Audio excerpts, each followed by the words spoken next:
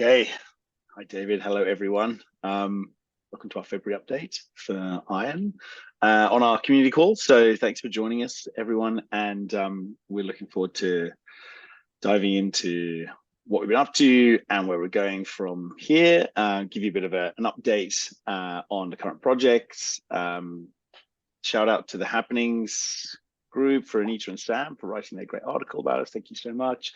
And then do a bit of an update on what's happening in DP and RWA for where we see things going. And then that leads really nicely into what Iron's going to be doing in East Denver. So they're the kind of things we want to cover today. And that's kind of just the overview from us. We'd love to hear your questions and stick them into the chat, whatever you're thinking, and we'll dive into those as well. So so we've got David on the call as well. William's here too, and then a bunch of our friends. So yeah, let's dive in. I guess how are you, David? We haven't sort of said hi yet this morning. Oh yeah, pretty well, thank you. Been hectic time, but yeah, very exciting, very exciting. It Denver is going to be cool. Denver is going to be cool. It's the lineup for like the side events and things is huge, and there's lots of really interesting stuff happening. All around it. In fact, even just a friend of mine wrote to me saying, "Hey, the National Renewable Energy Laboratory is also having a showcase day on the 28th of February, like right in Denver as well." Yeah, so that's like it's all like happening on those days, which is really cool, even outside crypto. Yeah, cool, very cool. So so look, I guess updates on our current projects. We continue to move forward with our partners at PV Blocks. And maybe David, if you're happy, give a quick update in a minute on that. We've sure. also just really advancing conversations around some of the broader microgrid and fractionalization of assets approach, which is really interesting. And some of the words that are coming up in those conversations are, how do we enable tokenization around self-sovereign entities, which include a grid or include a battery or include a piece of hardware? And that's just, it's really, and these are from people outside of the holochain community, but also talking to the holochain community. And it's so all the stuff we've been talking about for what feels like a really long time now, are sort of starting to happen in real conversations, which is, I don't know about you, David, but that's what I'm finding. So it's really cool. Yeah, and PV Blocks, I guess, like but it's really close, right? Yeah, exactly. So the quick update. So going back to the call we had, when was the previous AMA? Was it in November? January? End of November. Oh, end of November. Okay, end of November. So we talked a bit then about the work we're doing with PV Blocks, and we're very close. So we've been working with on integrating the semi-fungible token contracts, because the reminder for PV Blocks is they want to start with renewable energy credits. So they want to be able to mint renewable energy credits and connect it up into the existing ecosystem. That's step one. And then they want to go in both directions. So they want to be able to have provenance verifiable inverter data. So that's going upstream. So they're very interested in what's happening at East Denver. And then downstream, they want to be able to fractionalize, or in other words, take these, take the renewable energy credits and then sell them or pre-sell them. And then they want to be able to build a secondary market. So end to end. And what we've been working on is actually just helping them with a platform.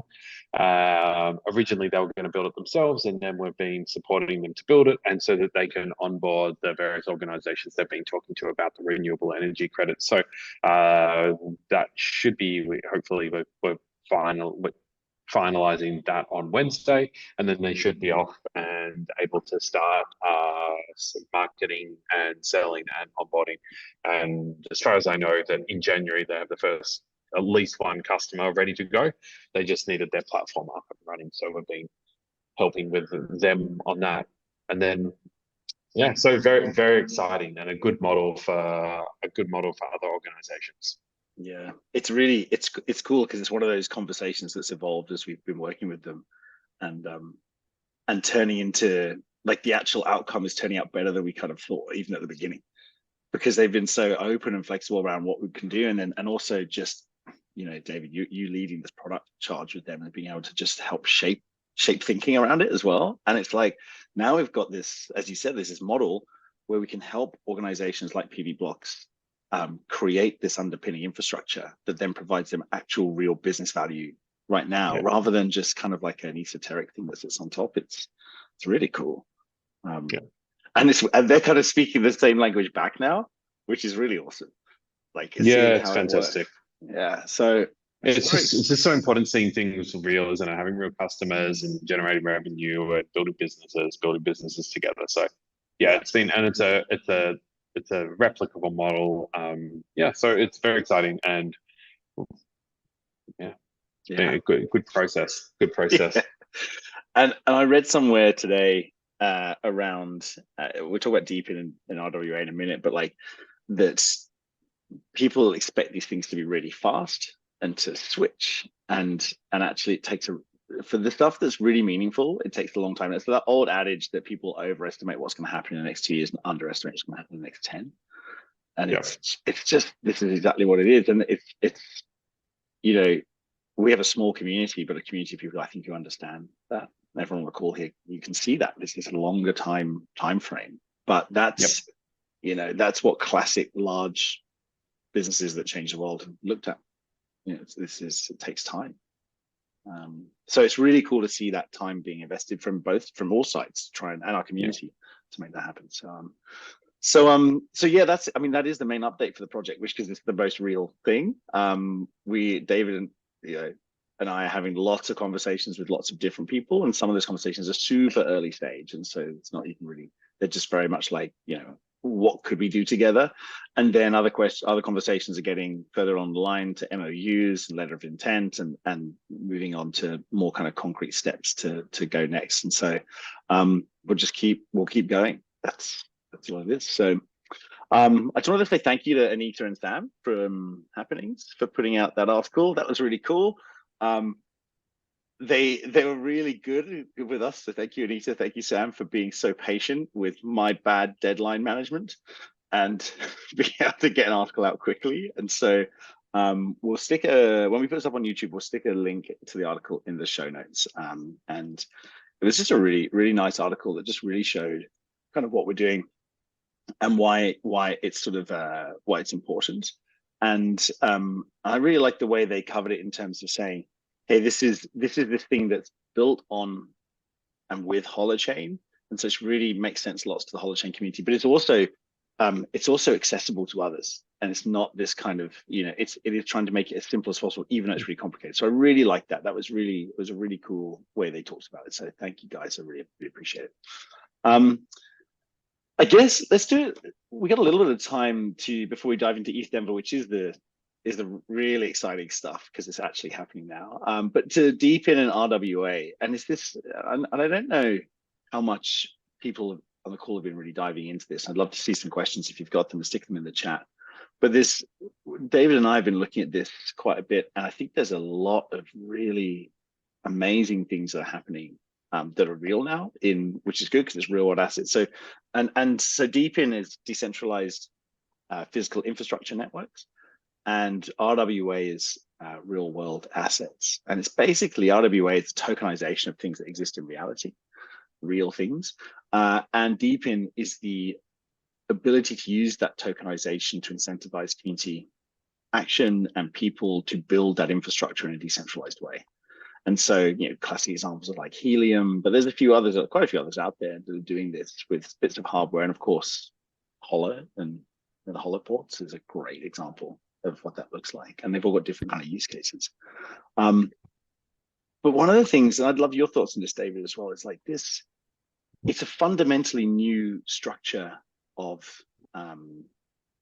looking at the way you finance and create an economy around infrastructure. And it really links to this fractionalization stuff that we're looking at with PV Blocks, but it is this ability for more people to be involved with critical infrastructure that exists across the earth. And that is an amazing way of looking at the shift from large scale control in the center to community owned, benefiting, more locally applicable, better stuff, basically.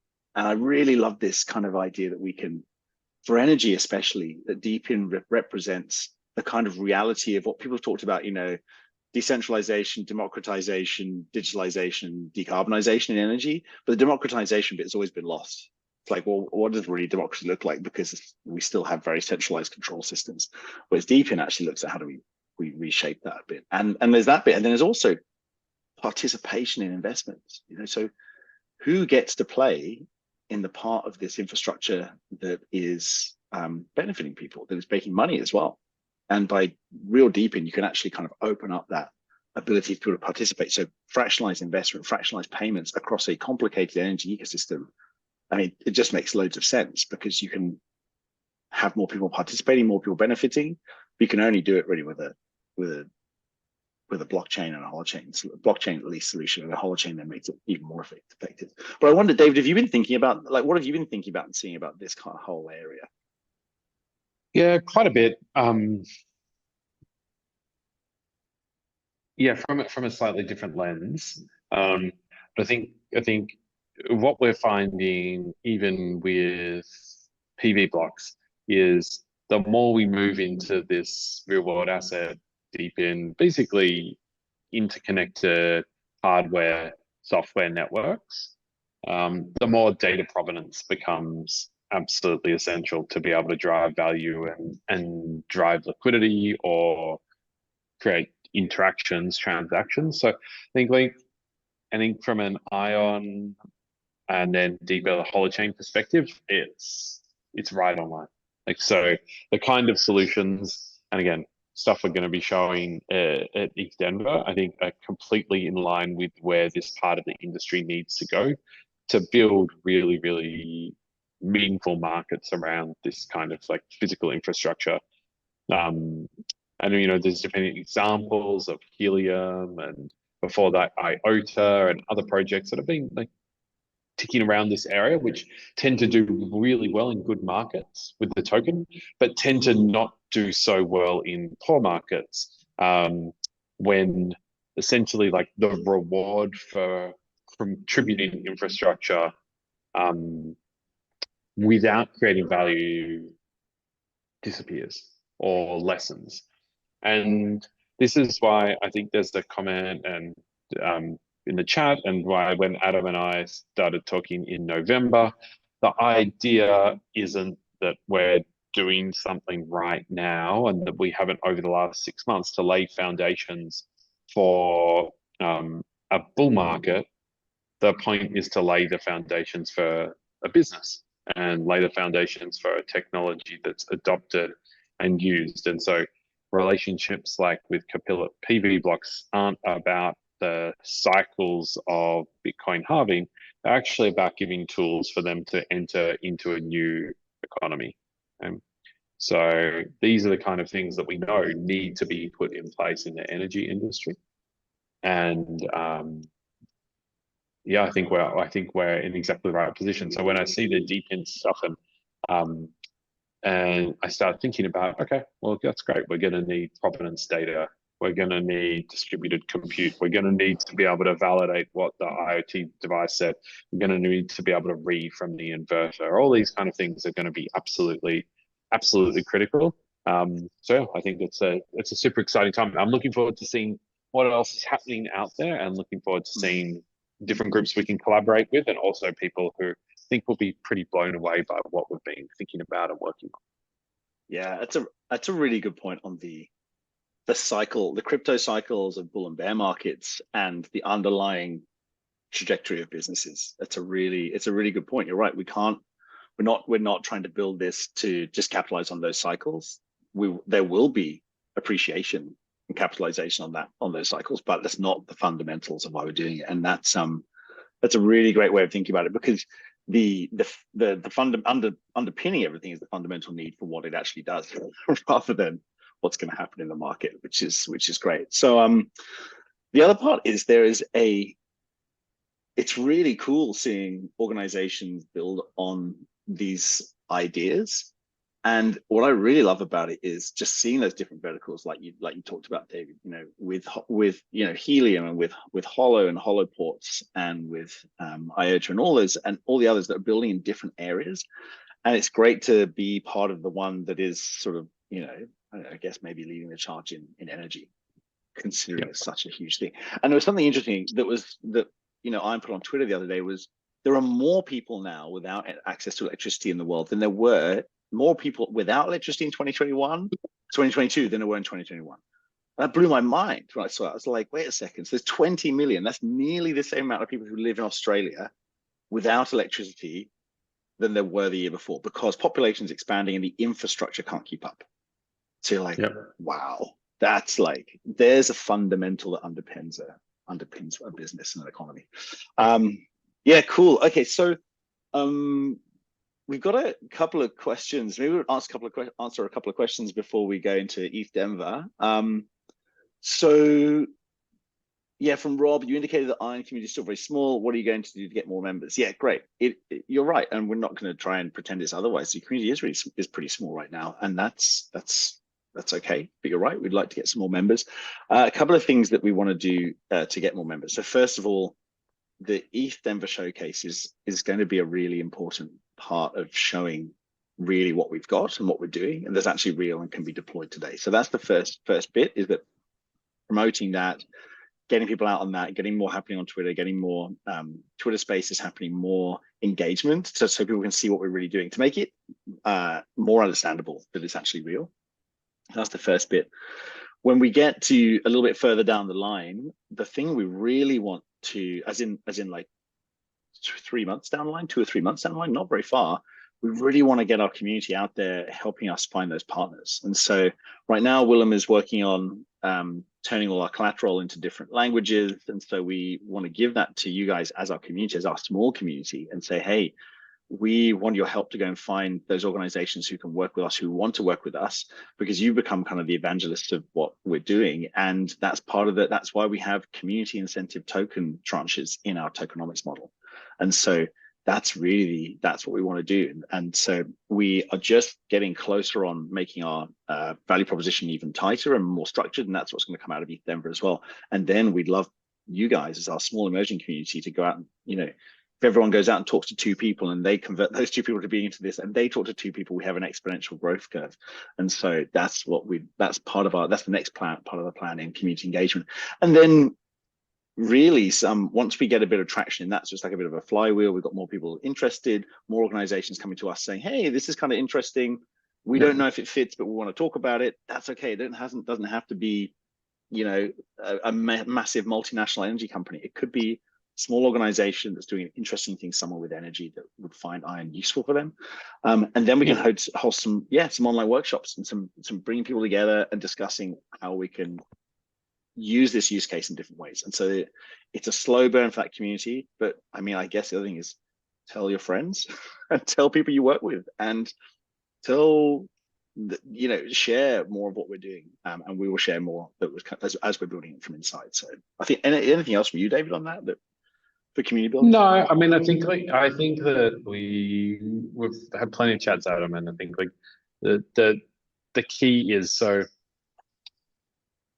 Ion always started from a really, really big vision, and that and even in the name, the Internet of Energy Network. So it's a very grand vision, and then translating that grand vision into small actionable steps that move things forward, that's a task in and of itself. And I think that's something that we've been laying the foundation. So when Adam's talking about engaging the community, and one of the reasons like PV blocks and some of the conversations on the microgrids that he's been having, they're so important, is because each step we take gives someone an actionable thing to do. So over the next few months, then that means when we say engage, that means if someone's got a renewable project, maybe they can create renewable credits off the back of it, or they want to fundraise for a renewable project. Okay, they can kickstart that project essentially, and they can do that not in isolation, but with partners like PV blocks that we can be supporting with, and then there are other types of the energy assets that make sense to go through the same system, and someone wants to start then experimenting with peer-to-peer trading, and then there's a conversation with grid operators that want to grow efficiency. And so each of these things allow us to take the beginnings of actionable steps.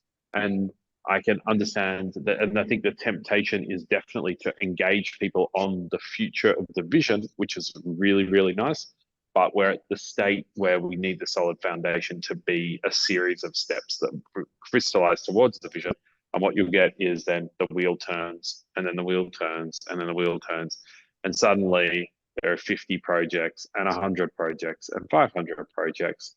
And then it starts to build that kind of momentum. And I think like that's what we're all looking for. Anyone on this call has that vision and has the belief. But what you need from us, and then what we need to start doing together, is to convert that belief into simple, actionable steps that then can compound. So that's where we are right now. Perfectly put. Exactly. Yeah. Cool. So yeah, thanks, David. That's great. So we've got a couple of questions from Telegram. Great to hear plans about increasing liquidity and trading on platforms such as Binance, Coinbase, or Kraken, if there are plans for this. And then, okay, cool. So just start on that one. This comes back to, you'll hear the narrative over and again.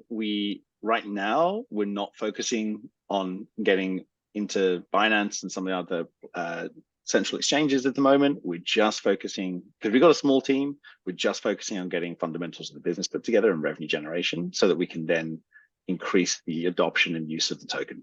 So once we start to get that happening, we'll start to look at what those listings look like in the future, but we don't have any immediate plans to do that. That is part of the longer term plan to make Iron accessible, absolutely. But right now we're focusing on the fundamentals in the business. And then as that starts to, as David said, 5, 10, 50, 100 projects that are happening, there'll be calls for more accessibility and for what the token's using. But we're going to actually start with the fundamentals in the business for now. So we'll keep you updated on that though as well. So any new contracts signed or near signing with partners? We don't have any new contracts signed, but we do have MOUs going into place right now with some pretty hefty, which means big and scalable organizations. Just can't really say anything more about it apart from that. It's just pretty cool. Yeah. And I'm also building. Sure, so yeah. When we're okay, so if we just go back and get for people listening or watching it on replay, just to layer this again. So when we're talking about relationship with PV blocks, we're talking about then onboarding very, very interesting organizations that in their partner network that are operating solar facilities, and they've got relationships all around Asia with community groups through to multinationals. So then as we're working with them, we're already starting the conversation. And as you remember back to the November, the strategy is very much in the energy industry, you need to be an insider rather than an outsider. You don't come outside and say, I've got technology that changes your industry. You're on the inside, you're already working, and then you layer on the next solution, the next solution, another solution, the next solution. So that's what we're doing. So there's two answers. One is, as PV Blocks is now up and running as of the middle of this week, then they're starting to onboard partners, which is bringing people and organizations into our ecosystem that we can take the next step with. And then there's a whole series of other grid-based conversations that Adam's leading that is also leading to MOUs. So again, we're attacking the same thing, but from different angles until you create the end-to-end value chain, which allows you to build an internet of energy. Yeah, that's right. And you've got to be you're right. You can't knock on the door and say, I've got this thing to solve your problems. It just doesn't work. You've got to be inside the industry. And it's a good point. So those partners who leverage much larger groups that they already work with, that's the way we're building this. So, PV Blocks is a great example. And the other people we're talking to they're like the innovative edge of a massive traditional industry, but they're already in that industry. And so that's what makes it useful for us, and to be part, also for us to be part of that industry and be in it. Yeah, cool. So what kind of businesses are you looking at? What kind of companies or businesses are appointed to join Iron? It kind of is, that would explain it really. It's those kind of innovative organizations, innovative individuals who are kind of in energy, who are building a new piece of technology that could really scale up and have a big impact. They're in the innovation space in that industry, and they kind of want to try new things and figure things out and experiment. And so those businesses could be small with just a new piece of technology, or they could be pretty large, but a small unit within those organizations who really wants to try new things. And then organizations like PV-Blocks have got a suite of different technologies they're using and deploying across large areas. And that kind of organization is just then thinking, well, how do I then create value in an energy industry? It's largely it's very commoditized now, even in renewable energy. Like, how do I create new value and new ways of doing businesses? So it's those people who are thinking outside the box to really try and figure out how they can make their businesses more sustainable.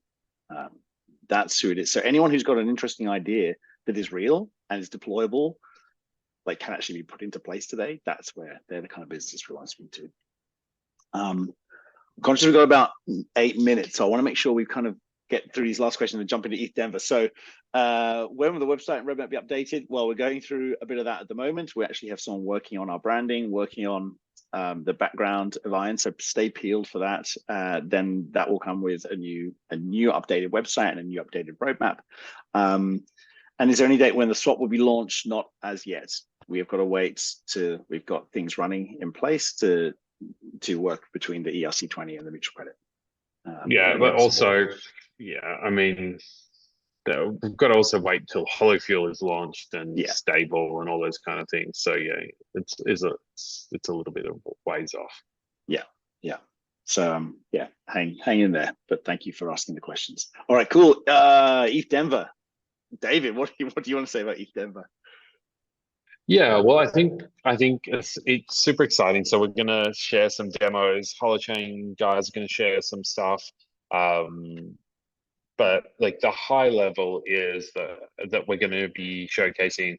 We've been working with Josh Weil out of Inspiral, and so essentially we're going to be showing the way Holochain can do verified data, and this is exactly what PV-Blocks and others are looking for. So it's perfect as part of then the Ion solution suite, and people are going to be riding bikes and then generating energy, and that gets verified, and there's a couple of different validation layers, and then you're able to link your Ethereum wallet to verification and generate human energy credits, right? But something along those lines, but these energy credits, and then that becomes that's essentially a semi-fungible token, which is exactly the same structure that we're using with PV-Blocks, and then there'll be some kind of really nice programmatic curve intersecting between Ion and these credits, which operates a little bit like a utility. So we'll be showcasing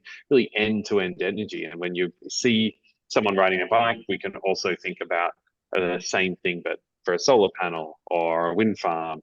And yeah, we're going to be showing off a really, really cool but human interactive end-to-end energy system. Yeah, it's a really exciting demo, because it is exactly as you said, David. It's this kind of, you can physically see in front of you in the space of like 10 feet by 10 feet, energy generation, the turning of that energy generation into a credit, into a semi-fungible token, bound to a wallet, then running through a HAP, then going to someone who's aggregating and buying it, which we'll be using Iron to actually be the aggregator and buying of that stuff, buying of those tokens, and then the split and fractionalized payments of what that looks like. And it's a bit of fun as well. Like, it's actually, there's going to be an exercise bike that people are going to be using at the booth for fun. Yep. And so it's kind of got that real nice feel for ETH Denver, but it's also showcasing like a pretty important, serious end-to-end energy solution, which is really cool. And it's embedded with fully in it's Holochain Iron in the booth, and so it's really cool. And so there's what 10 people, 11 people from Holochain? It's something like that. Yeah, super exciting, great group. it's starting to bring everything out into the world, isn't it? It's starting to show the various talents of and strengths of the various technologies, and it's a very early start. But yeah, when we think about DeepIn, and this is where Adam and I got pretty excited when we think about DeepIn and what Ion is able to achieve, what Holochain is able to achieve. It's going to be it's a very nice sort of step introduction into different people doing different things. We're going to make a lot of contacts, and I think that's going to allow us to showcase the uniqueness of what we're doing in a really powerful way over the next year. Yeah, and it's like, even the fact that on that day there's real world assets event happening, there's like the carbon finance event happening. This is all associated with ETH Denver, and then there's also the stuff at NREL happening on the same day. Like, it's all in the same place. Like, we are like the way we're right. Like, we're basically like jumping on the board right now. The way it is happening, we're just it's already there. Really cool. And the other thing is, it's in regen land at ETH Denver. So it's like the whole like, it kind of gives me goosebumps in many ways, because it's like, this is the culmination and the first kind of step in those, where we're going to head in terms of understanding that actually what blockchain is really about is this kind of regenerative landscape. And I mean that from an ecological perspective, but economic perspective, a social perspective. This is where we're heading. And so we're on the right thing. So yeah, really, really cool. And so at ETH Denver, we'll be doing some talks. We'll do some pop-up talks at the booth. We're going to be talking about regenerative economics, and the way it works with energy. We've been talking about real world assets, of course, and privacy and scalability. And so we'll be doing some of that. We'll be there, so you can come and say hi, and we can talk about this work. And yeah, as David said, meet a bunch of people, find new collaborators, work together, and start implementing what Ion can do in creating new solutions for people, which is really cool. So I think that's kind of it for ETH Denver. We're really excited. We'll share more. We'll share some stuff from the conference as well. If you're there, come and say hello. And yeah, like sneak peek at the demo. We'll get you some soon. Yeah. All right, cool. Are there any final questions or final thoughts, David? What's on your mind for the next couple of weeks before we're there? Actually, next couple of weeks, isn't like next week and a bit. Exactly, next week. No, it's just like more stuff with PV blocks this week, and hopefully like get them all up and running, which will be fantastic. And yeah, some of the MOUs you're working on, be great to land a couple of those. And I think, like, for me, the major milestone isn't Denver's good, it'll build a ton of connections, but it's over the first half of this year, having those 5 or 6 different asks that we can make, or touch points, or little mini solutions that we could offer, and then being able to just have this essentially like the first 10 customers and the first 10 users. Like it's exciting stuff to see. So that's kind of my main focus. Yeah, that's right. Just first 10 customers. That's the key bit. All right, thanks David.